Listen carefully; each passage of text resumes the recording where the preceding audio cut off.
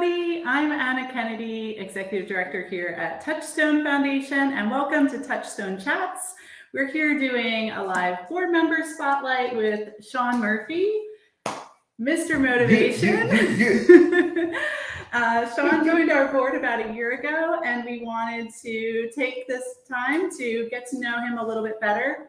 So Shaun, do you want to just say hi and introduce yourself? Absolutely. So look, first and foremost, thanks for having me. I appreciate hanging out with you today. So Shaun Murphy, I work at UPMC. I'm a community programs educator.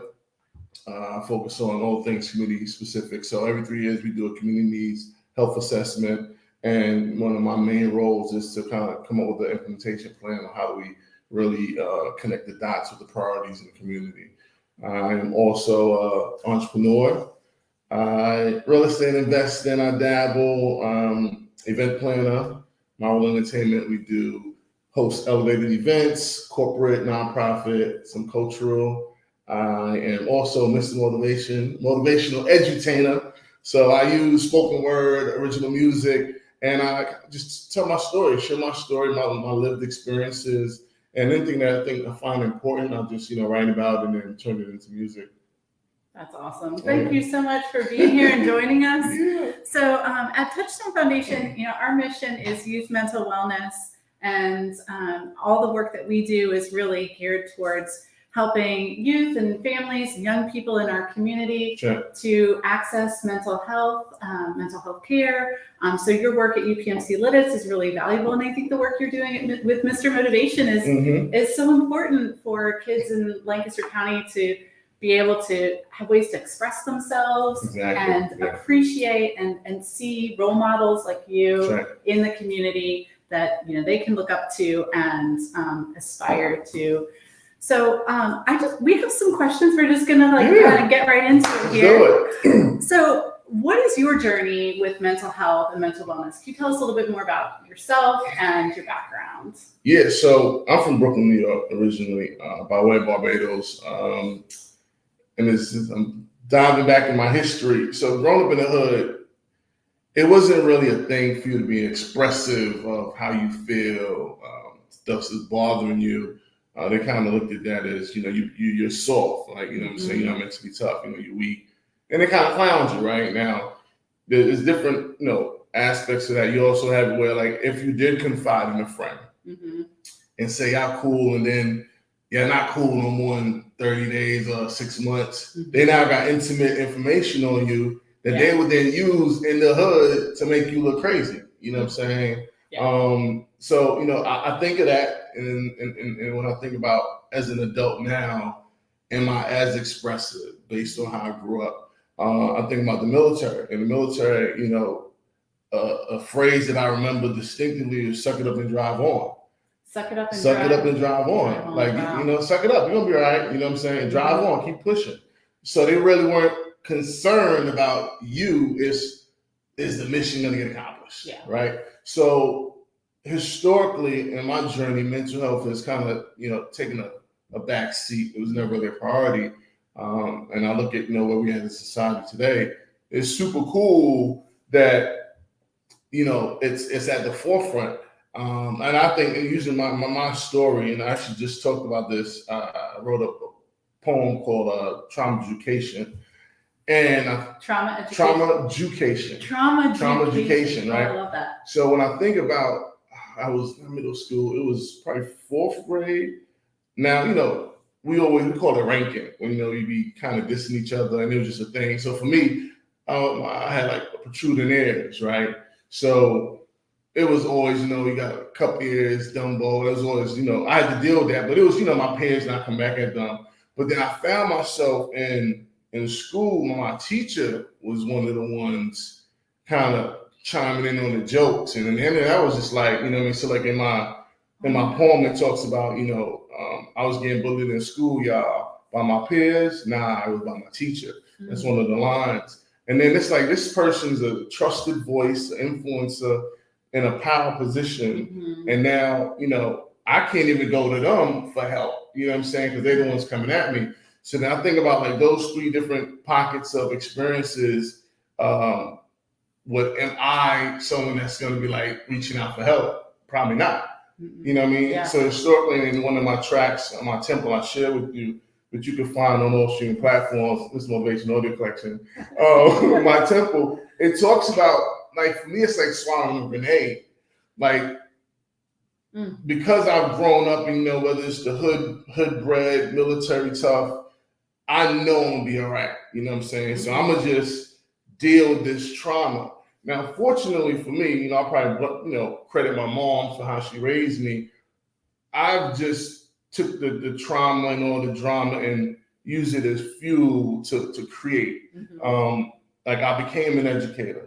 You know, I wanted to be different than my educators. I wanted to be the educator I never see, a black man in the classroom that really cares. You feel me? Instead of, but you could be, you know, I had battles buddies that I lost that, you know, couldn't deal with the stresses and the pressure of whatever they was dealing with. So using, like, from my experience, that's just how I've dealt with it. And now, like, Miss Motivation really just got birthed a year or so ago. And when you think about how do you release? And now I have music therapy. You know what I mean? I can write about it. Like, I haven't spoken about that probably in over 30 years. Wow. You know what I'm saying? Like aloud, and I recited it the other day. I was like, sheesh. You know, I actually had my son Mom's is here visiting, and I went home and said, Mom, I gotta read this to you. I didn't read this to the people. You know what I'm saying? And she just went right back to that, like she knew. You know, your mom. My mom, yeah, because, you know, I'll tell you. The experience dealing with the quote unquote bullying with my leadership, I ended up getting surgery on my ears to fix it. You know, so it's like a memorable. Who forgets that? You know what I mean? Yeah. So yeah, that's kind of how mental health and me, you know what I mean, has been part of my journey. Thank you so much for sharing that. That's it's powerful. I think it's really helpful, you know, for anyone who's watching to kind of understand all of our journeys and, you know, where we come from and how we bring that into, you know, our lives and our work.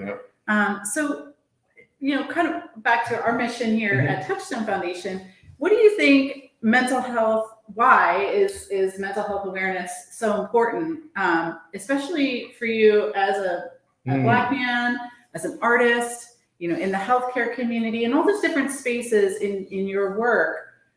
How does mental health awareness sort of show up for you? How do you bring that into the work you do? Yeah, well, I'm an Army vet, right? Shout out to my vets. Anybody that's serving, thanks for your service. And I think about how many veterans or military persons we lose a day to suicide. Yeah. And often I've heard that, you know, mental health is kind of, you know, or suicide is untreated mental health. Yeah. Right. So untreated depression, especially. Right. Yeah. So that's loaded. So suicide is like, you know, that's the expiration. So this is so important. Like, I am a mental health first aider, first aid trainer. And what we do, we train you on learning how to identify signs and symptoms of mental health, and we give you strategies on how to deal with someone experiencing a crisis and not crisis. Mental health experience. And so for anybody who doesn't know, mental health first aid is a national or an international training program that's about a day. And there's a couple different organizations in our community that provide training. Sometimes it can even be free. There's one for youth. There's one for adults who work with kids. So it's a great program. And that's fine. That's a great plug. And I'm the adult trainer. Okay. I need to get youth recognizing the work I'm doing. So I think about that. Then I just think about, you know, an African American community, Black men. I just think, you know, for us, there's so many people looking up to us, the household, the kids. It's important to be able to, you know, deal with our past traumas, be expressive, teach who's looking up to us, who we influence, how they can handle theirs. I think that's the thing. And I think, those are two things that come to mind. The military specific one, because I know we bury too many service members. And it's that important because you losing a life. But if you, mental health first aid, if you had those strategies to help, you could have possibly avoided. Yeah. You know? Yeah. what do you see in your role at UPMC, Lidditz? Like you mentioned, the community health needs assessment. How do you see the mental health work sort of playing out in some of that? Well, I'm like an army of one. So right now my focus right now my focus is mainly on the mental health first aid training. Okay. Because if I go in the community and I train more people, that they have they're equipped, what they need to help others. Yeah. So that's my specific focus now. That's great. That's powerful. Yeah. And I mean, it's very accessible for anybody. Oh, it's not you don't have to have any prior knowledge or experience to be able to. No, that's literally, you sign up, and we even offer like some kind of called a scholarship where we would, comp you to be able to do the training. I think it's really powerful. We started with our internal staff, and we're going to go out work with the community. That's awesome. Thanks for sharing that. Oh yeah. So, what is a piece of advice that you would give to a young person, in our community, who's looking to improve their own mental health? What would you kind of encourage them to think about? Or you go into schools and work with kids, in schools. How do you what kind of language do you use, and how do you talk to them? That's a great question. Well, I was actually in the new school the other day. Well, it was last year, and they had some thought-provoking questions, and one was about mental health too, and kind of like how I cope. So two things come to mind. One is, I think it's about creating that circle of trust, right? Oftentimes it's about you being able to just speak, get things off your chest that you're carrying. And I think 2 to 3 or 4 people who you can reach out to, and you say safe space, but listen non-judgmentally. Yeah. And they're gonna I just want you to listen to me. I want advice, and they gonna just follow your needs, your requests. And 2, I think finding an outlet. Like a creative outlet, or it could be that physical exercise. For me, listen, I used to play balls back in the day. And nothing mattered when I was on the court. Yeah. It was just freedom, and now, I'm not as athletic as I once was, because I have to be able to compete at a high level. Okay. So you play competitive basketball? I'm a professional trash talker. So I neutralize whatever skill sets you bring to the table. I'm going to get you. You feel me? But now, the music, writing, what I'm saying, is one of my joints is writing it all down, execute my plan. I speak it. So I think those are 2 things: and then build a circle of trust, and then find an outlet that works for you. Low lift, just something you can whether it's even meditating, whatever you like, yoga. Yeah. It's interesting you mentioned that, the circle of trust, because one of the things we've been doing is when we paused our grant cycle in the summer, we, our access committee and here at the board, we decided, we really need to be asking kids, especially teenagers, about their own mental health and what mental health means to them, and then what things do they want in the community that is not available, or what's sort of their dream. And one of the things we're hearing from these kids when we're having these conversations is they want somebody to spend time with, they want a buddy, they want a mentor or and they think they don't quite understand that, that's not a therapist's role, right? That's not a clinical person's job. But there's all these other opportunities that we could have in the community, whether it's, peers or peer educators, or, for some kids it's the teacher, or like you said, it might not, that might not always be that safe person for a kid. So, having the recognition that that's important is step 1, but then how to build that is, I think, often, what at least what we're hearing, these kids recognize, these are teenagers, and they're saying, I want somebody to, take me hiking or fishing or, play video games or. And I think at first glance you would probably think they wouldn't, because they want to be cool. And I think back to, so I was a middle school teacher, taught all boys, and me militant, and you can imagine it was but they wanted that. Yeah. They yearned the structure. You know what I mean? Like that was the thing that kept them coming. Because you don't give them the structure, they just go bananas. So I'm not surprised. I think we can think through some opportunities where we can kind of make that a thing or amplify someone who's already doing it. Yeah. So stay tuned. I mean, that's going to be coming this spring. It's very exciting. It's one thing to hear it from professionals and people in the helping professional space, whether it's in the clinical side or education. It's a different thing when you hear it directly from teenagers that that's what they're asking for. What's the thing you're doing on the Saturdays that I'm be facilitating? The Rise Above Youth Summit. Okay. Yeah. So last fall we started this Rise Above Youth Summit as a pilot because, again, we were hearing that there wasn't really a space for teenagers, especially from different school districts and schools, to come together and understand and explore, in a safe environment without judgment, to ask questions and learn about mental health. And then we have lunch, we play some games, and we bring in an artist in the afternoon. So it's a 2-3 hour. And how many kids do you think are scholars? So it's maximum 20. Okay. Because again, we don't want it to be too big. Right. We want them to be able to connect with each other too. So we're going to be opening enrollment pretty soon for spring. The dates, we have February 25th, March 4th, March 11th, and March 25th. So it'll start end of February. It's not quite every Saturday. Maybe it is almost every Saturday. Almost, yeah. And again, it's here at our office in Lancaster. It's free. Yeah. So we don't charge anything. And I'm going to be facilitating one of them. Yeah, you're going to be joining us for one of these sessions. Yeah. We did a survey of the kids who participated, and we're calling them ambassadors now. They're Touchstone ambassadors. But we asked them, what topics do they want to hear about in the spring? Now, it's probably going to be a different group of kids, although if you were an ambassador in the fall, you're welcome to come back.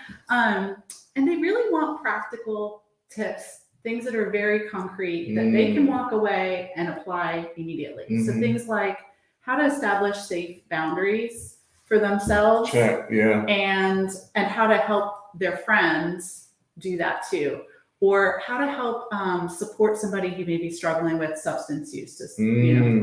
How to encourage them to get help. Even things like safe dating. Right. What else? There's a couple of other topics. I know they want to hear about how to make decisions about what's after high school. That pressure I think that they feel as maybe juniors or seniors. Not everybody has a clear path. Right. No, for sure. And actually, we need to give people some options. Plug.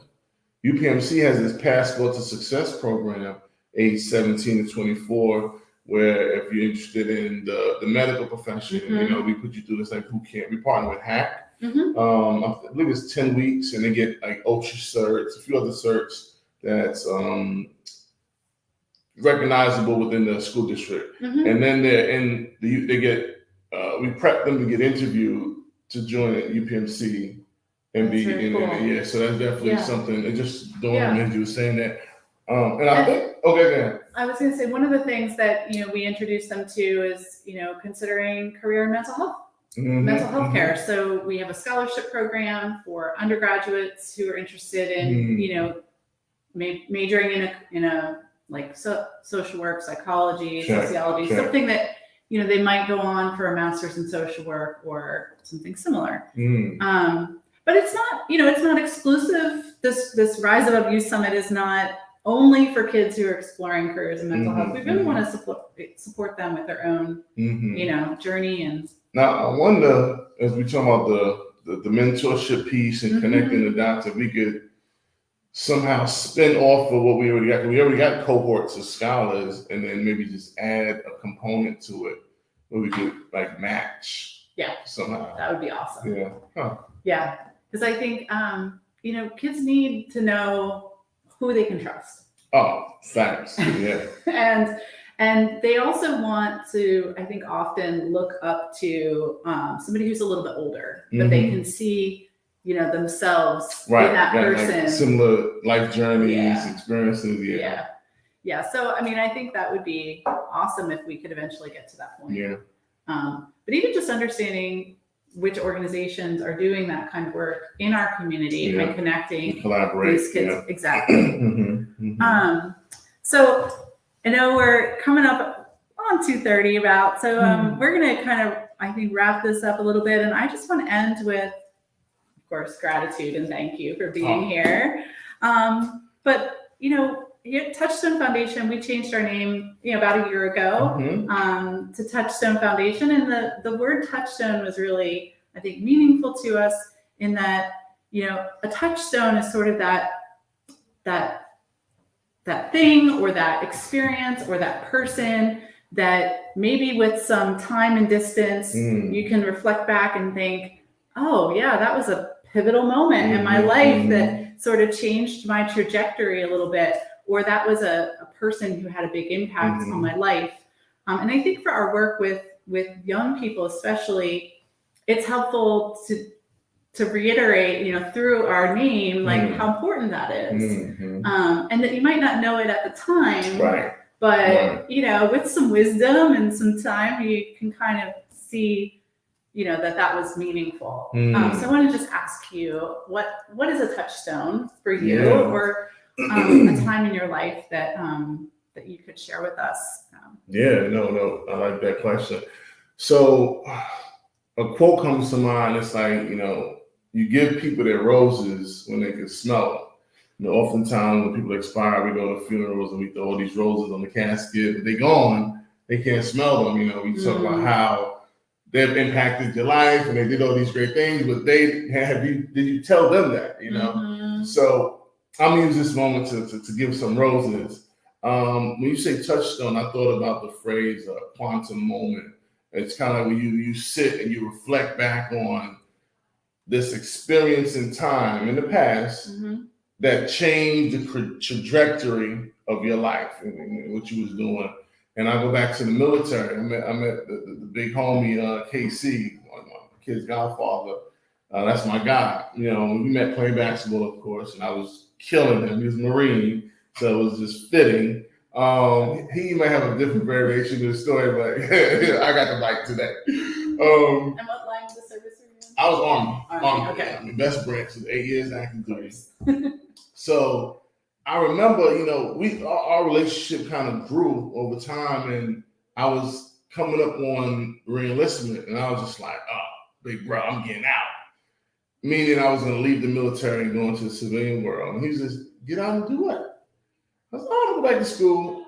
And he paused. He said, well, school's free here, and you ain't do it. And you think you're going to go back to the hood and back to school? And then he goes off. He's like, you're going to sit your behind down. You're going to iron he call them camis, they're BDUs or ACUs now. Re-enlist, get promoted, get focused, and go do your thing.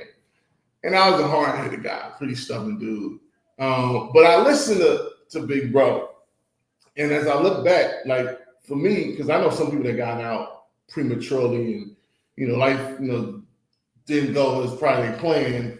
And when I took his advice, re-enlist, changed my whole, appearance, how study, focus, locked in, and got promoted at a high rate of speed. And, the rest is history. So I look back at that moment, that conversation. I could see in my head where we were, Indiana Avenue, in that house. He went all smooth off for me, but it got me in shape. You know what I'm saying? And now I'm in a position to help others. And it's funny because I do things for people, not wanting anything, and they don't know why. Why'd you help me do this, that? But see, they don't know that somebody did that for me. You know what I'm saying? It's, for me, it's appropriate to pay it forward. So. Long story to talk about the touchstone. Thank you so much. I think it's really helpful for everyone to just, take that moment and recognize that person or that time in our lives that was really, pivotal and important. Is there anything else you want to share that I didn't cover? Do you want to? Oh yeah, let me plug. Yeah, so we got Patients Are Waiting, shouts out to Whitefeet, is a nonprofit called Patients Are Waiting that's focused on increasing diversity in medicine. And they partner with Union Community Care, and they're doing this health equity music festival. Started in January every Friday. So we're on week 4 now. So what happens is Union comes in from 6 to 9 and they provide free COVID vaccines, flu vaccines, and HPV. And if you don't know what any of those things mean, there's people there that would love to share information. And while that's happening, there's a music component. So we have a poet and we have a headline artist, and we even been doing like an open mic kind of vibe. So you'll get a nice vibe. So this Friday, 6 p.m. to 9, Christmas Addicts is the venue, and it's going down. And I would love for you to join us this Friday, and we have 2 more Fridays, February 3rd and February 10th. So yeah, there's that. Also, on all streaming platforms, you can find the Mr. Motivation audio collection, www.mrmotivationmusic.com. We got merch. I brought merch for my teammate. I came bearing gifts. I love it. So yeah, that's about it, man. Love people to tap in. I'm always spreading positivity. Love to connect, whether it's UPMC, Mr. Motivation, or Touchstone. Thank you so much. Yeah. Well, thanks everyone for being here. We hope this was fun and enjoyable. And thanks again, Shaun, for coming in. And look forward to all the fun things that are happening here with us in the new year. Yes, ma'am. Appreciate it. Thanks, everyone.